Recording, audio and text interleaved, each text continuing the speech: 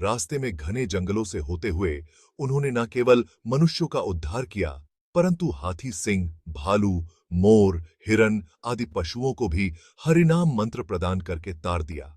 चलते चलते अचानक दो बड़े बड़े शेर उनका रास्ता रोककर खड़े हो गए। उनकी दहाड़ सुनकर सभी वैष्णव भयभीत होने लगे। श्री श्यामानंद जी ने हाथ उठाकर कहा, श्री हरिनाम मंत्र का उच्चारण करो।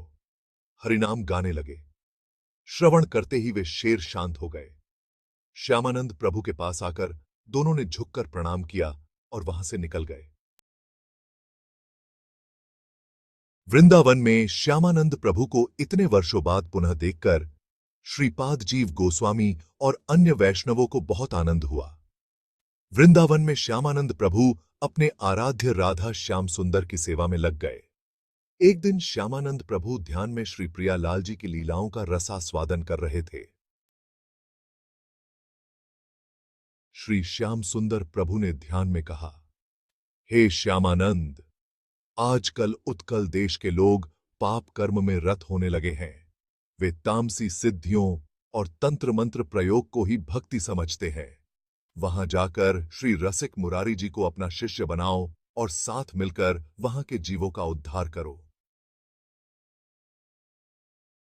श्यामानंद प्रभु का मन अब वृंदावन छोड़कर अन्यत्र कहीं जाने को नहीं हो रहा था। वे सोचने लगे कि अभी तो उत्कल देश से आया हूं, अब तो मैं वृंदावन में ही रहूंगा। श्यामानंद जी ने प्रभु के इस आज्ञा के बारे में किसी को कुछ नहीं बताया और वृंदावन में ही रहने का निश्चय किया। जब श्री कृष्ण ने देखा कि श्यामानंद जी हमारी बात नहीं मान रहे हैं, तो उन्होंने श्री जीव गोस्वामी को स्वप्न में दर्शन देकर कहा, हे जीव, मैंने 3 बार श्यामानंद से उत्कल देश जाने को कहा, परंतु वह ब्रज छोड़कर नहीं जाता। अब आप ही उसे कुछ समझाओ। अगले दिन जीव गोस्वामी ने श्यामानंद को समझाकर उत्कल जाने के लिए कह दिया। श्यामानंद जी किशोरदास, श्यामदास, बालकदास आदि शिष्यों को साथ लेकर उत्कल देश को चल दिए।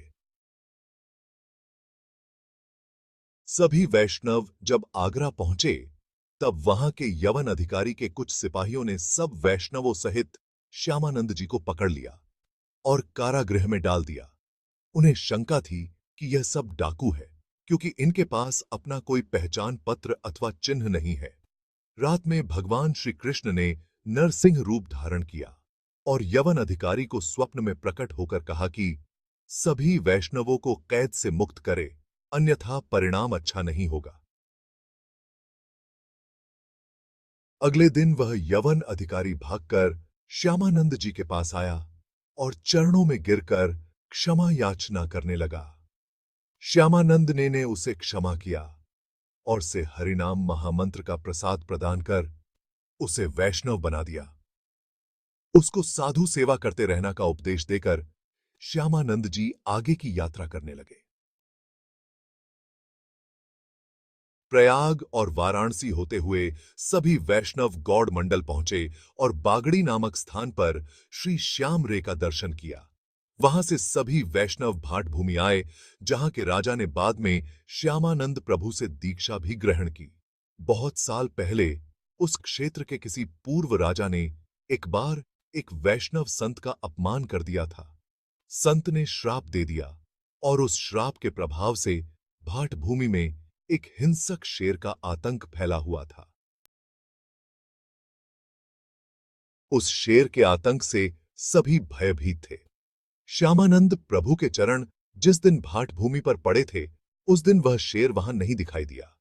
सभी को आश्चर्य हुआ कि आज शेर ने आतंक कैसे नहीं किया। श्यामानंद प्रभु ने कहा, अब कोई शेर यहां आतंक नहीं फैलाएगा। सभी लोग संतों का आदर करें और हरिनाम संकीर्तन करके अपना जीवन सफल बनाए। इस तरह श्यामानंद प्रभु की कृपा से वह क्षेत्र श्राप से मुक्त हो गया। श्री हरिनाम का प्रसाद सर्वत्र वितरित करते हुए श्यामानंद प्रभु धारिंदा ग्राम पहुंचे। वहां पर एक दुष्ट पठान रहता था, जिसका नाम था शेर खान। उसको नाम संकीर्तन केवल नाच गाना और हल्ला गुल्ला ही लगता था। अपने कुछ साथियों को लेकर उसने वैष्णवों के मृदंग आदि सब वाद्य तोड़ दिए।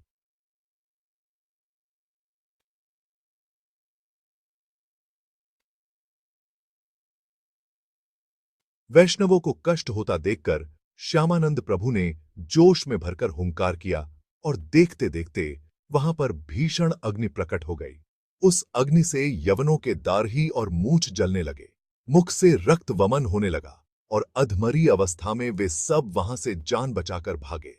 अगले दिन श्यामानंद प्रभु आसपास संकीर्तन कर रहे थे। उस समय पठान शेर खान उनके पास आकर चरणों में गिर पड़ा। तुम बित्सा अब बुतेदा। श्यामानंद प्रभु से क्षमा याचना करते हुए कहने लगा, कल रात स्वप्न में मैंने अल्लाह को बहुत भयंकर रूप में देखा। कुछ देर बाद वे सुंदर रूप में दिखाई दिए और उन्होंने अपना परिचय चैतन्य प्रभु नाम से दिया। उन्होंने मुझसे कहा कि श्यामानंद जी से क्षमा मांगकर उनसे दीक्षा लो, अन्यथा तुम्हें नरक की भयंकर यातनाएं भोगनी पड़ेगी।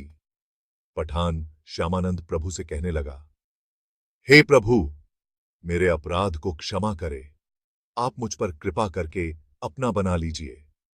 श्यामानंद प्रभु ने पठान को क्षमा दिया और हरिनाम मंत्र देकर उसका नाम श्री चैतन्य दास रख दिया।